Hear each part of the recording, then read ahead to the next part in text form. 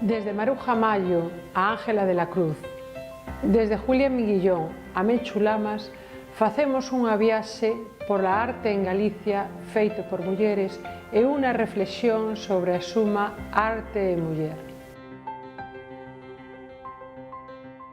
O arte non ten xénero, que sea unha muller o que fai esa obra, pois se eu poño un nome de home, é posible que ao mellor me movan máis.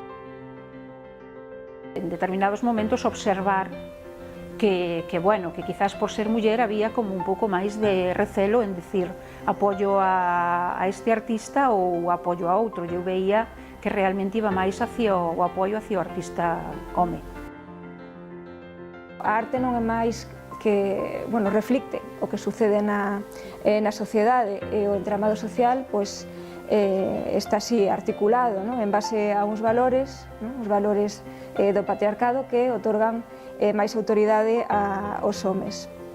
Sempre hai un tope, e ese tope é invisible, entón a loita contra eso é o principal problema.